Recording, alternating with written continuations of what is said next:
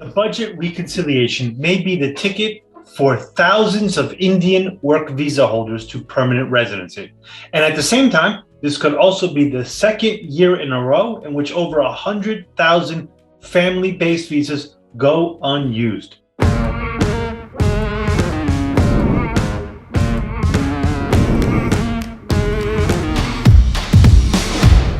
My name is Andres Mejer. I'm an immigration attorney based in New Jersey, but with clients all across the country and around the world. I'm also an immigrant. If you're an immigrant, I'm sure you know how hard it is to deal with our immigration system. It's difficult to do it alone. And even if you seek help, there's a lot of people out there trying to take advantage of your situation, scam you. Trust me, I know it happened to us. Like a lot of you, maybe some of your friends and family, I had a hard time dealing with immigration, trying to get my legal status. I was scammed by an attorney. And even after I got my green card, I almost lost it for not knowing any better. That experience motivated me to become an immigration attorney, to help good people get their legal status, to help them achieve the ease of mind and continue fighting for a better life here in the United States. And that's why I create these videos, to educate immigrants just like you and give you the information you need to deal with our immigration system. I want you to be prepared to have the knowledge and information to solve your immigration situation. If you have any questions, please reach out to us, give us a call, or just post it here in the comments. I assure you we'll do our best to give you an answer. So let's go right ahead and start our video. We're going to kick it off by talking about the situation of Indian professionals holding work visas. There are hundreds of thousands of Indian professionals in the United States holding work visas, like an H-1B. And since New Jersey has one of the largest Indian communities in the country, I want to address this subject in today's video. The federal budget deadline is in September, and this could be their ticket to get a green card after waiting in backlogged lines for decades. After the State Department announced last year that 100,000 visas would go unused, their hopes took a huge blow. But now the budget reconciliation process could bring a new alternative to finally help them get their green card. Even before the COVID pandemic, the green card backlog was a big issue in the immigration system. But it has only gotten worse with the pandemic and the closing of a great number of embassies and consulates around the world. This backlog is now at a critical level, with the waiting lines getting longer and longer in a system that has not been able to deal effectively even before COVID. For Indian professional workers who have H-1B work visas, those are usually good for 3 years and can be renewed, but not perpetually. So for Indian professionals that work under H-1 work visas, they have made a life in this country. They have been here 3, 6, 9, 12 years, depending whether they came here as students and got their education here, or just came here directly under an H-1B visa. For them, the situation is particularly hard because of the country caps that are placed on new green card visas. This means that the federal government placed a limit on the number of green cards for each country. So countries like India, China, Philippines, and Mexico that send lots of immigrants to the United States have to wait longer than individuals born in other countries based on the number of applicants from that country each year. After the announcement made in July about the unused visas, a lot of H-1B visa holders have been trying to reach the chair of the Senate Judiciary Committee, Senator Dick Durbin, as well as Senator Chuck Schumer, the Senate Majority Leader. They are hoping that under a Democratic-controlled Congress, the H-1B visa holder situation can be included in the reconciliation bill. That's the bill that lawmakers need to pass by the start of October at the beginning of the new fiscal year. A few weeks ago, I did a video that discussed the reconciliation bill and how it can bring new hope for hundreds of thousands of immigrants looking for their green cards. If you want to check it out and get more information about the reconciliation process, I'll leave the link in the comments below. Now, the Biden administration is receiving heavy criticism for overseeing the wasting of over 100,000 green cards during the past fiscal year. And this year, the same thing could happen. It's a topic that we're going to cover in a little bit. But it's important to mention it because people are fighting hard since the reconciliation bill has the potential to provide a solution for millions of green card seekers. It's a chance for a much needed immigration reform that could be the ticket for a green card for millions of immigrants. And it will be a waste to throw this opportunity away. And this is a particular opportunity for Indian workers who face one of the longest wait times after Chinese workers, up to 80 years in some cases. It's crazy. meaning that many thousands will die before they could ever receive their green card.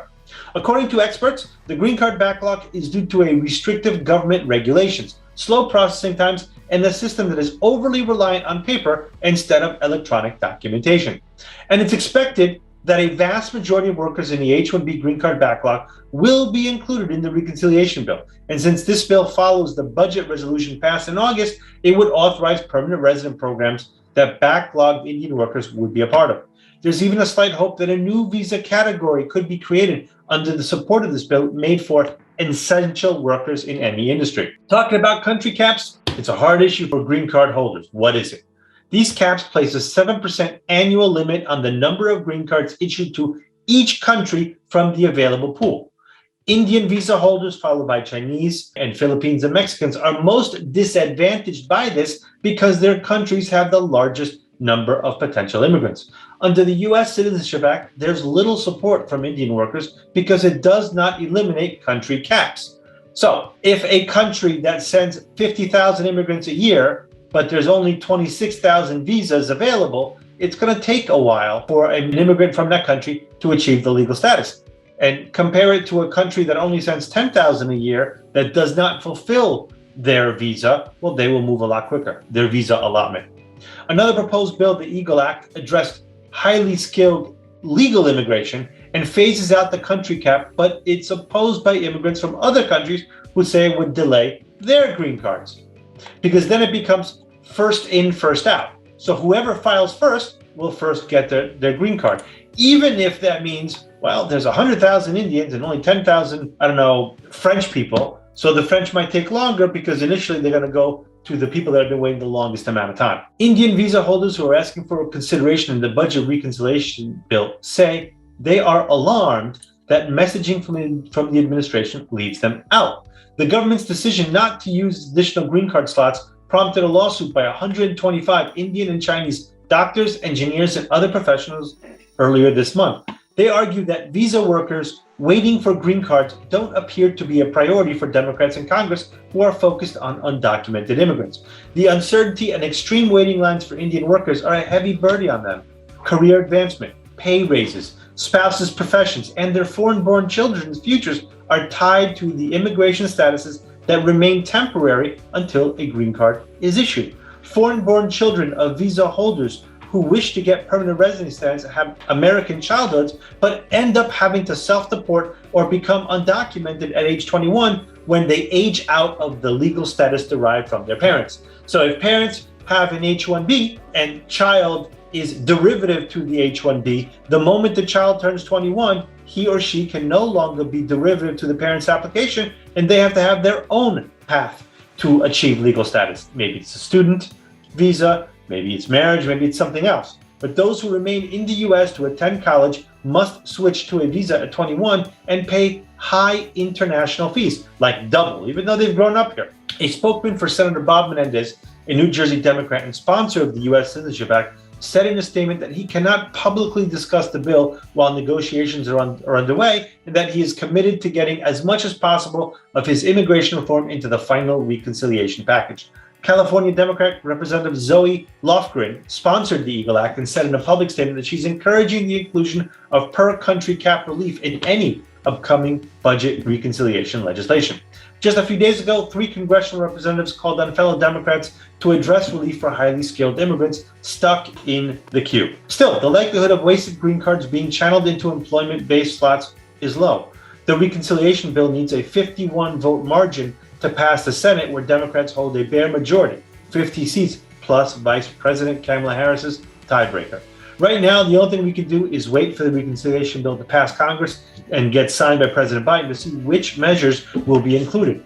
Moving on with our next topic, I mentioned earlier that I was going to talk about a situation of over 100,000 visas that will probably remain unused under this fiscal year. A few days ago, the Biden administration predicted that they would fail to issue many of the green cards allotted this year for immigrants who have been sponsored by a U.S. employer or a family member. The Department of State estimated that approximately 100,000 employment-based visas and 150,000 family-based visas will go unused by the end of 2021 fiscal year, which is at the end of September. Guess what? That's the end of this month. meaning that for the second year in a row, over 100,000 visas for family-based immigrants will be unused. Current immigration law allows the federal government to grant up to 675,000 permanent immigrant visas each year. In other words, 675,000 green cards. The visas are divided as follows: 480,000 for the family-based petitions, 140,000 for employment-based petitions, and 55,000 for winners of the diversity visa lottery. However, unused visas in the family preference categories are added to the allotment of employment-based visas for the following year.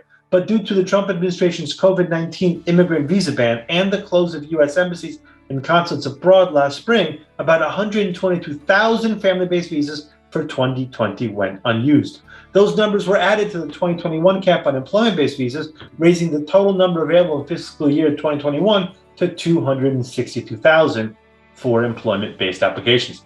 At first, this gave hope for hundreds of thousands of workers that have been stuck in the visa backlog for years, but is now almost certain those visas will go unused and could be lost forever. The only hope is that Congress decides to make them available to current-day green card applicants. If the Biden administration fails to solve this, one can only imagine the impact it will have on the already massive backlogs and huge wait times in the immigration system. And with that, we arrive to the end of this video. Thanks for your time. If you enjoyed this video, please let us know by subscribing to and following our social media channels.